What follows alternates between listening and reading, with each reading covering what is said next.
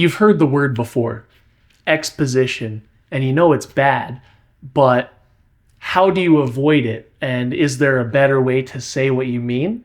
Exposition is when you're telling your audience something you want them to know in an unnatural way, especially if your dialogue or story doesn't call for it.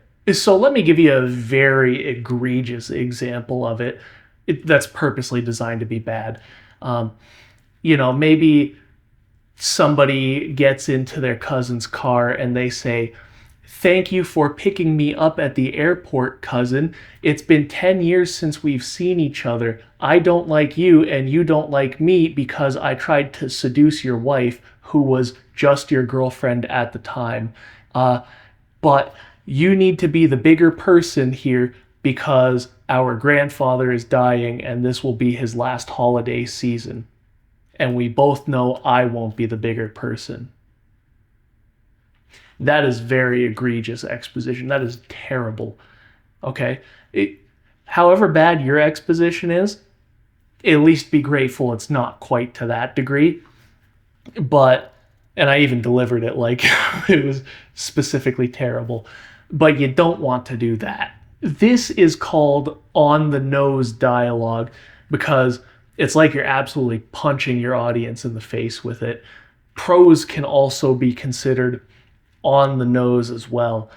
And another sort of analogy is, if you think about it like Rudolph, the red-nosed reindeer, you see that nose and it's very glaringly obvious. And that's like the hand of the author in the work. If you start dialogue with "as you know," it should be because the speaker is being either very sarcastic or saying it with a very good reason.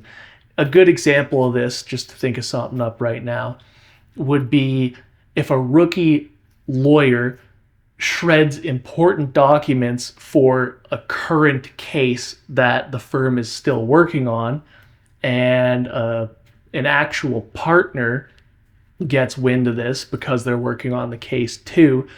The partner may say something like, "As you know, the shredder is for shredding confidential documents that we no longer need to keep."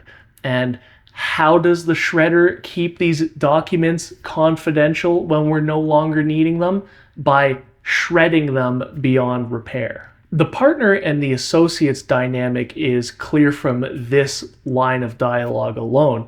And you know that the partner's mad even though they didn't say, "Grr, I'm very mad."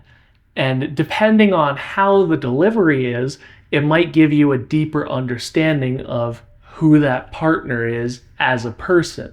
Lore dumping is exposition too. Your book doesn't need to start with 3 whole pages of how the sci-fi technology works. We can learn a lot of that in the field. And it also doesn't need to begin with an essay covering the several decade-long process of how the most popular religion rose to prominence. So what do you do if there are a bunch of things that your audience needs to know? Well, you lead with the story first, and you tackle individual items as they rise up in a natural way. You can demonstrate it through actions. You can give it with a line of prose or a little bit of dialogue. Do it in a way that is authentic to the world and is very grounded. Let the plot and the characters reveal things like real people and real events would. Get the audience hooked and make them want to know more. That gives you more freedom to tell them things without it being considered exposition. If it's something that they're really, really wanting to know, and you give it to them in a natural way when they're already hooked, 0% chance that it's exposition.